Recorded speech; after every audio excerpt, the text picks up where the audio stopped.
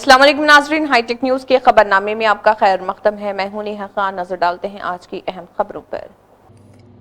संगारेड्डी जिले के Kondapur police station में डीएसपी सत्या गौड़ ने मुनक्किदा मीडिया कॉन्फ्रेंस में गौरी रेड्डी श्रीधर रेड्डी की जानिब से लगाए गए बुनियाद इल्ज़ामात पर वजाहत पेश की। डीएसपी ने बताया कि गांव में नई फैक्ट्री तामीर करने वाले एक शख्स को धमकाने की शिकायत मौसूल होने पर पुलिस ने मुकदमा दर्ज कर तहकीकात शुरू की। इस केस की तफ्तीश के सिलसिले में गौरी रेड्डी श्रीधर रेड्डी को पुलिस स्टेशन तलब करके पूछताछ की गई। ఈ తొగర్పల్లి గ్రామంలో శ్రీ గౌరెడ్డి సీతారెడ్డి గారు సీతారెడ్డి ప్రెస్ మీట్ పెట్టి కొన్ని వ్యాఖ్యలు చేయడం జరిగింది. ఆ విషయం మీద కొత్త వివరణ ఇవ్వడానికి మీతో మాట్లాడడానికి మిమ్మల్ని పిలవడం జరిగింది. ఆ సీతారెడ్డి అనే వ్యక్తి ఆ గ్రామంలో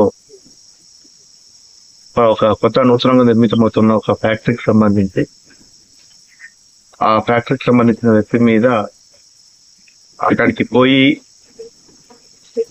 బెదిరించినాడని, ఫోన్లో బెదిరించినాడని ఓ దరఖాస్తు వస్తే ఎస్ఐ గారు కేసు నమోదు చేయడం జరిగింది. ఆ కేసు నమోదు చేసిన దాంట్లో విచారణలో భాగంగా అతన్ని పోలీస్ స్టేషన్ పిలవడం జరిగింది. పోలీస్ స్టేషన్కి పిలవడంలో భాగంగా పిలుచుకొచ్చిన తర్వాత అతన్ని కొన్ని విషయాలు అడగడం జరిగింది.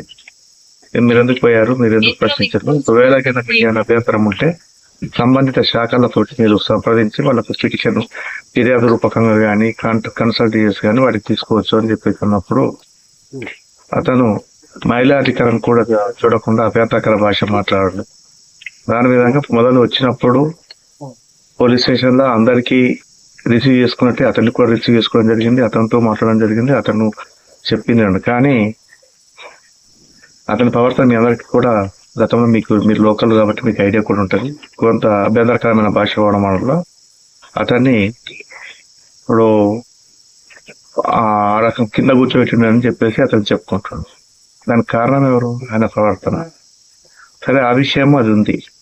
దాని మీద విచారణ జరుగుతుంది. దాని మీద దాని తదుపరి చర్య తీసుకుంటాం. కేసే లేదు అంటే అతను మీరు ఆ వీడియోలో మీరు చూస్తూ మీకు అందరికి కూడా మీరు అంత చెప్తున్నారు. నాకు కేసు అవుతుందని తెలుసు, నేను తెలిసే చేసిన అని చెప్పేసి స్పష్టంగా ఆయన ఒప్పుకోవడం జరుగుతుంది.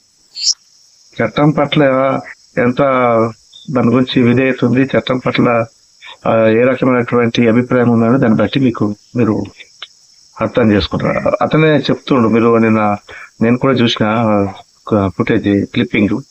నాకు కేసు అవుతుంది అని తెలిసి ఉంటే ఇప్పుడు నిజమే. దానికి ఇప్పుడు ఆ విలేజ్ లో పోలీసు వారు దాంట్లో దేవాలయాలకు ఇచ్చిన దానికి వ్యతిరేకం కాదు.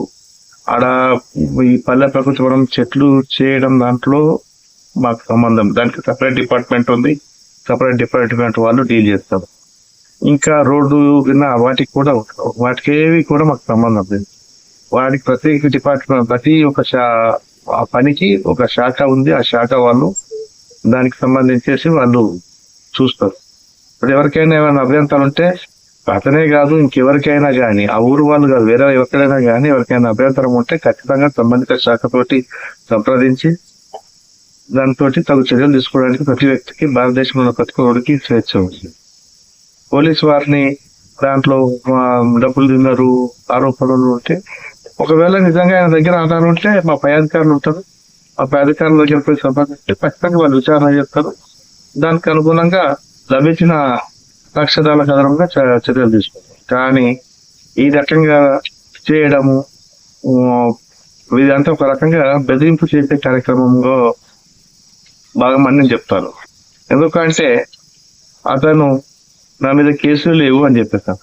అతని మీద ఒక 5 కేసులు ఉన్నాయి ఈ కేసులో కలుపు.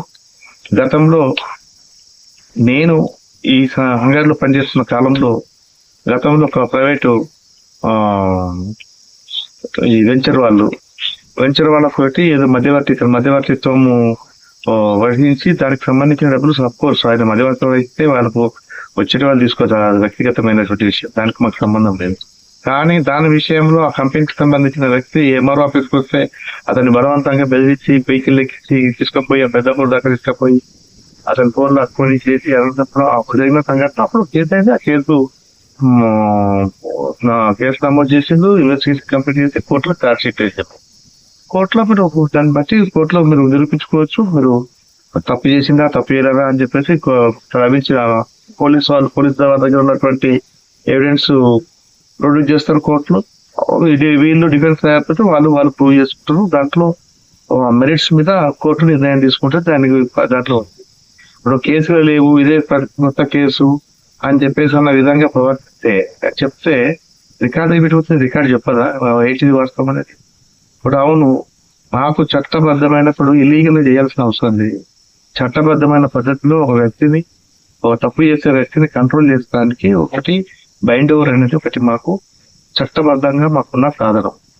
ఇతను కంటిన్యూస్ గా ఇట్లా చేసుకుంటూ చేస్తే ఇప్పుడు బైండ్ ఓవర్ కి ఉద్దేశం ఏంటంటే ఎంఆర్ఓ మెజిస్ట్రేట్, ఎగ్జిక్యూటివ్ మెజిస్ట్రేట్ దగ్గర ఇల్లీగల్ యాక్ట్ చెయ్యము, చేస్తే మాపై చర్య తీసుకోండి అని చెప్పి ఇచ్చే హామీ అది. మేమేమి బైండ్ ఓవర్ వేరే ఉద్దేశం కోసం చేయలేదే. ఇల్లీగల్ యాక్ట్ చేయకుండా నిరోధించడానికి, ఆ వ్యక్తిని కంట్రోల్ చేయడానికి ఎవరి విధంగా చేస్తాం. మొన్న అతనికి అవసరం పడదో చేస్తాం. దాని విషయం కూడా దాన్ని బైండ్ ఓవర్ చేసి ఎందుకుంటుంది ఇది మీరు స్వయంగా ఒప్పుకుంటుంది అతను. నాకు కేసు అయితే నాకు తెలుసు, నేను కేసు అయినా అని చెప్పేసి ఆ వ్యక్తి కంపెనీ అతన్ని చేసినది. దీనికి ఉద్దేశపూర్వకంగా కేసు అవుతుందని చేసినప్పుడు మరి దాన్ని అట్లాంటి ఇల్లీగల్ యాక్షన్ ఆపడానికి ఇట్లాంటి చర్యలు తీసుకోకపోతే ఇంకే చర్యలు తీస్తారు పోలీసు వాళ్ళు. రేపు పొద్దున ఇట్లాంటి చేసిన తర్వాత రేపు పొద్దున పోలీసు వాళ్ళు ఏం చేయకుండా ఉంటే పోలీసు వాళ్ళు ఏం చేస్తున్నారు అని చెప్పేసి ఇప్పుడు తప్పు చేసిన వ్యక్తి అతను ప్రశ్నిస్తున్నాడు. అప్పుడు అట్లప్పుడు తప్పు గురైన వాళ్ళు, బలైన వాళ్ళు, మిగతా వాళ్ళు ప్రశ్నించారా? సొసైటీ ఒక్కళ్ళ కాదు కదా, అందరిది. పోలీస్ స్టేషన్ అందరిది. ఇప్పుడు ఆ విషయాలు అది ఇది అని చెప్పేసి కొన్ని అవినీతి ఆరోపణ ఉంటే తప్పు చేస్తే ఎవరు తప్పు చేస్తే వాళ్ళు అనుభవిస్తారు. దానికి మీరు చెప్పాల్సిన అవసరం లేదు. తప్పు చేస్తే తప్పు దగ్గర ఏముంటే వివరాలు ఉంటే దానికి సంబంధించిన వివిధ శాఖలని వాటికి సంబంధించి పై అధికారులు ఉన్నారు, వాళ్ళ దగ్గర పోయి మీరు ప్రొడ్యూస్ చేస్తే తప్పు చేస్తే ఎవరు తప్పు చేస్తే వాళ్ళు అనుభవిస్తారు. దానికి నేను చేస్తున్నా చెప్పుకోవాల్సిన అవసరం ఉందా? ఈ సందర్భంగా మీకు కూడా ఒకటి ప్రెస్ మిత్రులకు అందరికి ఒక విజ్ఞప్తి. దయచేసి సరే, మీకు మీ బాధ్యత ఎవరు చెప్పినా వాటి రిసీవ్ చేసుకొని సమాజం దృష్టికి తీసుకుపోవాల్సిన బాధ్యత మీకుంది. కానీ ఆ క్రమంలో కొంత మీరు కూడా విజ్ఞత ప్రదర్శించి ఏది వాస్తవం మీకు అంటే నేను చెప్తున్నాను కాదు, చెప్పకున్నా కానీ మీకు దాదాపు ఒక కొద్ది మాక్సిమం మీకు ఐడియా ఉంటుంది చూసి దాంట్లో మీరు దాన్ని విజ్ఞత తోటి కొంచెం చూసి మీరు దానికి అనుగుణంగా స్పందించమని కోరుతున్నాను.